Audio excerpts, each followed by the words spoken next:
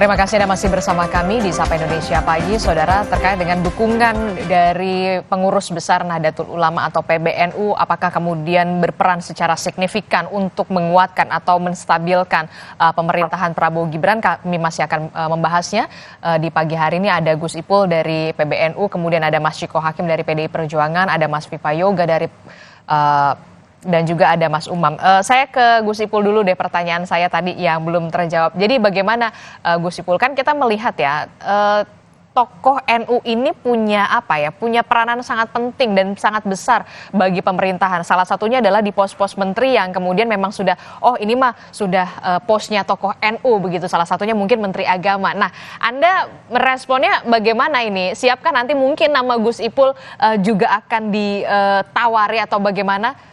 Gus Ipul?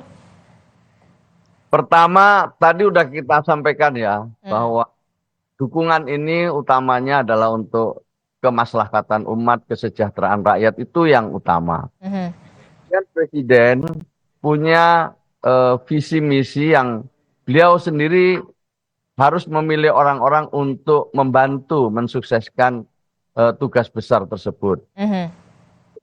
Sebagai hak prerogatif Presiden, ya kita serahkan sepenuhnya kepada Presiden. Kita memang diperlukan kader-kader NU, tentu sesuai kapasitas dan kompetensinya silakan untuk dipilih. Yang kedua, kalau toh tidak, ini perlu saya sampaikan dulu, kalau toh tidak, kita akan tetap membersamai, kita akan tetap mendukung, dan juga jika diperlukan, para ulama kiai akan memberikan nasihat-nasihat yang baik untuk kesuksesan program pemerintah. Itu yang akan dilakukan oleh Nahdlatul Ulama. Kita tidak akan berubah sikap hanya gara-gara tidak dapat jabatan.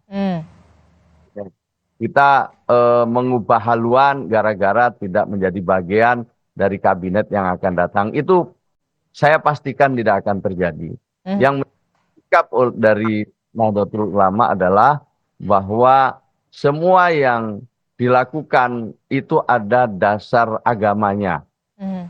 Semua itu hanya atas dasar kepentingan-kepentingan politik.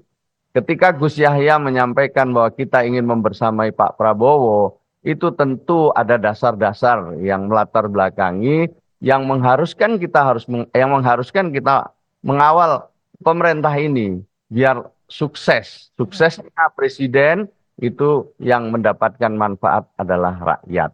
Itu paling penting, Mbak. Nah, sekali lagi soal kabinet kita serahkan saja dan kita tidak perlu berandai-andai. Apalagi ya harus jauh dari berandai-andai. Oke, tapi kalau misalkan ditawari atau dirangkul begitu ya untuk masuk ke dalam kabinet begitu, tokoh-tokoh NU siap saja. Tapi kalau memang tidak, ya tetap mendukung ya, membersamai begitu ya. Tapi alangkah baiknya begitu ketika all out itu akan berada di kabinet, Gus Ipul. Begini, jadi ketika misalnya ada kader di PBNU atau di kalangan Nahdlatul Ulama, umumnya itu pasti meminta nasihat kepada ketua umum, itu pastinya begitu. Pasti perlukan nasihat dari ulama-ulama yang biasanya itu berkumpul di tempat Rois Am atau dengan ketua umum yang semuanya dibahas dan apakah seseorang itu memiliki kemampuan untuk diberi jabatan. Kalau tidak, tentu mereka akan diberi nasihat yang baik oleh para ulama, para kiai-kiai. Akan mendapat nasihat lebih dulu dari para ulama dan juga kiai. Nah, Gus Ipul, ini kan kalau kita lihat ya, PKB dan juga PBNU memang tidak bisa dipisahkan. Tadi sempat disinggung juga sama Mas Umam. Benar nggak sih sedang tidak baik-baik saja begitu hubungan PKB dan juga Nasdem, khususnya Gus Ipul sama Muhaimin Iskandar, Gus Imin? Ya, yang pertama bahwa di dalam berpolitik, NU sebagai lembaga itu sudah punya pedoman cukup jelas. Ya. Ada pedoman-pedomannya, seberapa jauh kita boleh ikut dalam kegiatan politik praktis. Itu sudah ada pedomannya. Tidak boleh membawa lembaga. Tapi kalau atas nama pribadi, misalnya saya pribadi itu diperbolehkan.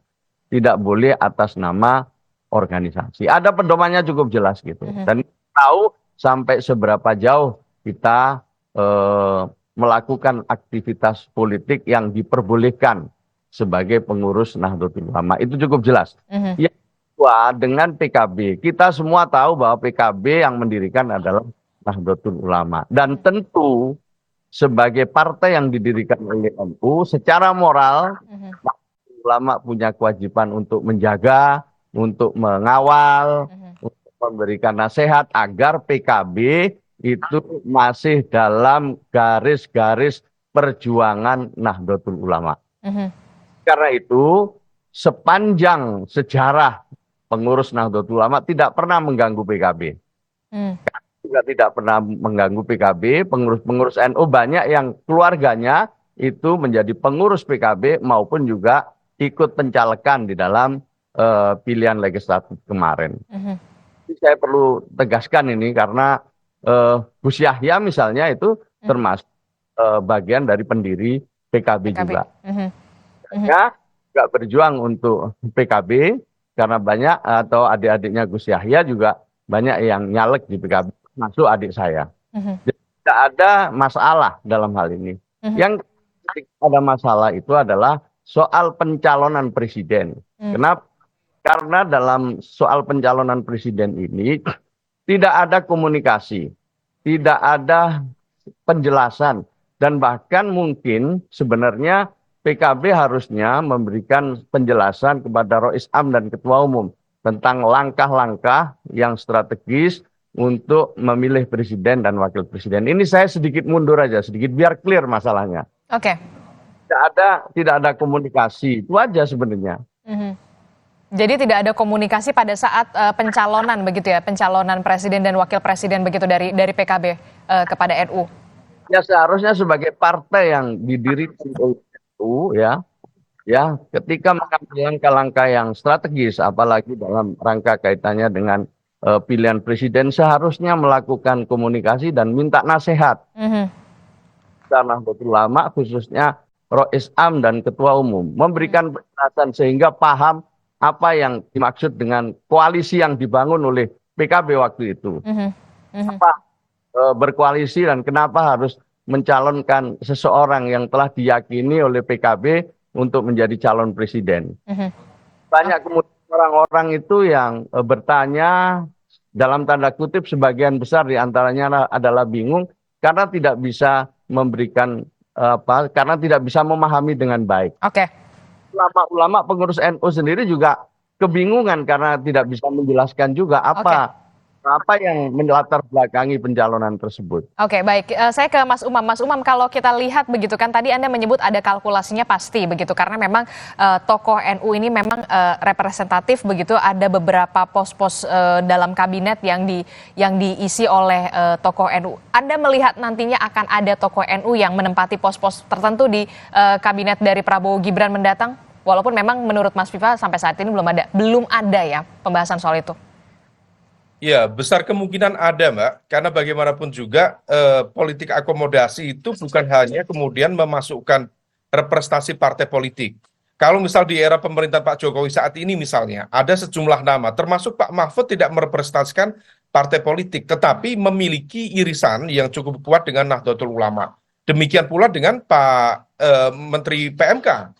Beliau juga tidak memiliki garis koordinasi langsung dengan partai politik tertentu, tetapi lebih menyimbolkan representasi dari Muhammadiyah. Nah, ini yang barangkali akan menjadi istilahnya jurisprudensi dalam konteks pengambilan keputusan politik dalam upaya menyusun kabinet ke depan. Maka kalau misal ditanya apakah memungkinkan ada representasi dari ormas Keislaman, besar kemungkinan akan ada. Nah, semua akan bergantung pada komposisinya karena perebutan jumlah kursi, nomenklatur kementerian yang akan dilakukan di internal koalisi baik koalisi utama maupun koalisi masbuk misalnya, maka betul-betul akan menjadi ajang perebutan tersendiri. Belum lagi dari jaringan relawan dan lain sebagainya. Nah, ini yang kemudian akan membuat pemerintahan baru di bawah kepemimpinan Pak Prabowo untuk menghitung ulang.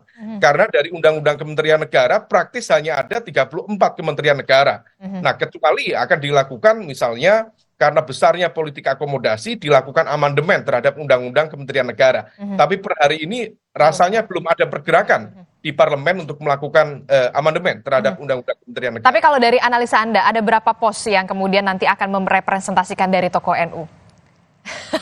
Kalau jumlah posnya, saya pikir kita cermati ya, setidaknya ada satu posisi yang cukup terhormat. Oke. Karena kalau misal sekarang agak blur. Memang ada Pak Mahfud, tapi Pak Mahfud dianggap sebagai representasi profesional, meskipun beliau memiliki irisan dengan Nahdlatul Ulama. Ya. Sementara Menteri Agama, Gus Yakut itu kader PKB sekaligus juga representasi NU. Wow. Beliau kemarin sebagai Ketua Umum GP Ansor. Nah, tetapi dalam perjalanan juga sepertinya ada gap komunikasi antara Gus Yakut misalnya dengan teman-teman di PKB sebagai bagian dari proses dinamika politik di 2024 kemarin. Maka kalau misal situasinya seperti ini, rasanya kalkulasi akan terus dilakukan, apalagi tadi terbukti meskipun PKB mendukung capres-capres yang lain, tapi basis pemilih loyal Nahdliyin ternyata memberikan dukungan yang cukup solid, 55,8% Prabowo Gibran. Dan itu membuktikan memang basis loyalnya dari NU ini memang memilih Prabowo Gibran, begitu ya? Betul sekali. Oke, kalau tadi kita sudah melihat Mas Ciko, PBNU sudah mendukung, membersamai pemerintahan Prabowo Gibran. Nah, pertanyaan saya selanjutnya, kalau PDI Perjuangan sendiri seperti apa? Benarkah nanti akan diumumkan di Rakernas? Belum tentu. Pertama, kami masih menunggu hasil gugatan kami di PT UN.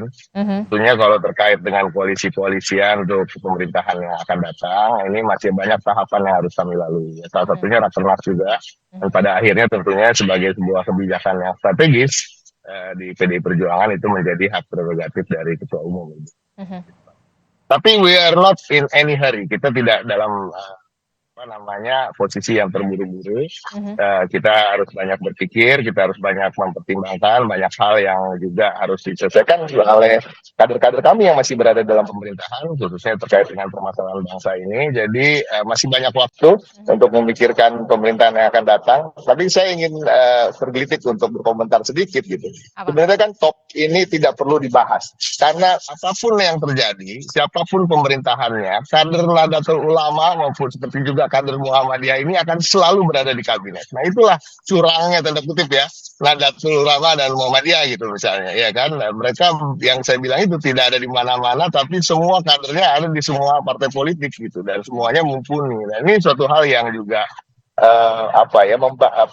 suatu hal yang baik untuk Indonesia, karena kedua organisasi ini saya selalu ulangi dan terus-menerus bahwa organisasi Islam terbesar udah nggak nomor satu lagi kalau nggak salah, Nahdlatul Ulama kayaknya di Pakistan atau di mana, atau masih ya nomor satu ya, organisasi Islam terbesar di dunia, dan Muhammadiyah juga organisasi Islam terbesar nomor 2 di dunia, dan yang mengayomi bangsa dan tanpa mengenal suku, ras, dan agama. Dan harapan kita ke depan tentunya memang kedua organisasi ini dan para kadernya akan terus membangun kita bersama, baik itu di pemerintahan maupun di oposisi. Pasti ada kadernya. Pasti akan ada kadernya ya, tambah kuat begitulah ya, karena di mana-mana pasti ada tokoh NU di sana, begitu kan, dari Sabang sampai Merauke. Terakhir Mas Viva, menjadi pertimbangan pastinya tokoh NU berada di kabinet. Mas Viva? Ya, saya rasa itu taken for granted siapapun presiden terpilihnya, karena NU adalah lembaga sosial keagamaan yang besar, memiliki struktur organisasi dari Sabang sampai Merauke, memiliki basis massa jamaah tradisional yang ratusan ribu jutaan mungkin ya, dan ini menjadi kekuatan tersendiri dalam proses untuk pengembangan umat dan peningkatan keadilan sosial bagi bangsa. Jadi kalau kemudian PBNU masuk di struktur kekuasaan, begitu juga dengan Muhammadiyah dan lembaga-lembaga sosial keagamaan yang lain yang akan menjadi faktor penting bagi proses stabilitas politik nasional. Kalau itu yang menjadi hal dan target pokok dari pemerintah terpilih, itu saya rasa yang wajar dan menjadi bagian yang take for granted dalam proses untuk membangun masyarakat, bangsa, negara. Intinya bahwa lembaga-lembaga sosial keagamaan seperti NU, Muhammadiyah, Persis, Al-Wasliyah, dan lembaga sosial keagamaan yang lainnya itu adalah sesuatu yang hadir di masyarakat. Mereka memiliki akar yang kuat di masyarakat, terutama akar keagamaan, dan menjadi faktor stabilitas politik yang sangat penting bagi keamanan nasional. Hal-hal seperti itu menjadi faktor yang sangat determinan dalam proses untuk akomodasi politik kekuasaan. Tapi semuanya kami serahkan kepada Presiden Prabowo. Oke, baik. Terakhir, Gus Ipul, kalau tadi kata Mas Ciko kan mau siapapun presidennya, pemerintah pasti PBNU berada di pemerintahan dan selalu mendukung pemerintahan, termasuk juga tokoh-tokoh NU yang kemudian representasi dari NU berada di kabinet begitu. Nah, komitmennya nanti terakhir PBNU kepada pemerintah, Gus Ipul. Ya, memang kalau hasil survei ya semua kita warga NU tersebar di berbagai partai politik. Bahkan juga cukup banyak yang di PDI Perjuangan, banyak juga di partai lain, di Golkar, dan juga di Partai Amanat Nasional juga akhir-akhir mendapatkan dukungan dari beberapa tokoh NU secara nyata. Jadi hampir nyata ya. Tetapi dalam urusan Pilpres, memang NU itu juga mengikuti, mencermati, ya. Mereka juga mendapatkan penjelasan-penjelasan dari banyak ulama di daerah-daerah. Nah, jadi intinya tentu perbedaan yang ada di lingkungan NU itu biasanya sudah ya, tidak terpisahkan dari perjalanan Nahdlatul Ulama. Ya. Soal traweh saja misalnya ada perbedaan di lingkungan kiai, tetapi as-sawadul a'dham, mayoritas ulama itu berpendapat bahwa traweh itu ada 20 ya gitu. Jadi ada juga yang berpendapat lain, tapi mayoritas seperti itu. Nah, sekarang ini yang penting buat kita warga Nahdlatul Ulama ingin supaya pemerintah segera bekerja dan sambil menghargai kritik-kritik, sambil menghargai pendapat-pendapat yang berbeda, yang itu bisa jadi energi juga untuk kita. Setelah Pilpres ini kita fokus bekerja untuk memajukan Indonesia, mensejahterakan rakyat. Nah, sementara yang berada di luar pemerintah bisa memberikan kritik dan masukan. Seperti PDI Perjuangan ini sudah terlatih ini di dalam juga baik gitu, di luar juga baik, sudah teruji. Jadi mari kita jalani berbangsa dan bernegara ini dengan segala perbedaan yang ada. Dengan adanya dukungan dari PBNU tentu saja bisa dikatakan bisa semakin kuat begitu pemerintahan Prabowo Gibran agar lebih cepat berlarinya untuk mensejahterakan rakyat begitu ya. Tapi jangan lupa, jangan melupakan kritik-kritik yang memang dari partai-partai yang memang berada di luar pemerintahan. Terima kasih Gus Ipul telah bergabung bersama kami. Kemudian ada Mas Viva Yoga dari Partai Amanat Nasional, kemudian ada Mas Ciko Hakim dari PDI Perjuangan, dan juga ada Mas Umam juga. Terima kasih Bapak-bapak, sehat selalu. Assalamualaikum, selamat pagi. Salam, masih Mbak. Saudara, informasi lainnya juga akan hadir di Sapa Indonesia Pagi. Tim nasional Indonesia terhenti langkahnya di semifinal Piala Asia U23 2024. Garuda Muda harus mengakui keunggulan Uzbekistan 0-2.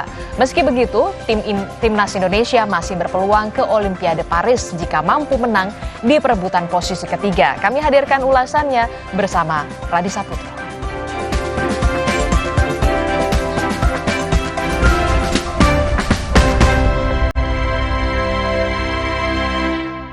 Menit Special Report membuka mata, mengungkap fenomena. Semua yang saya tahu saya sudah sampaikan. Ada isu menerima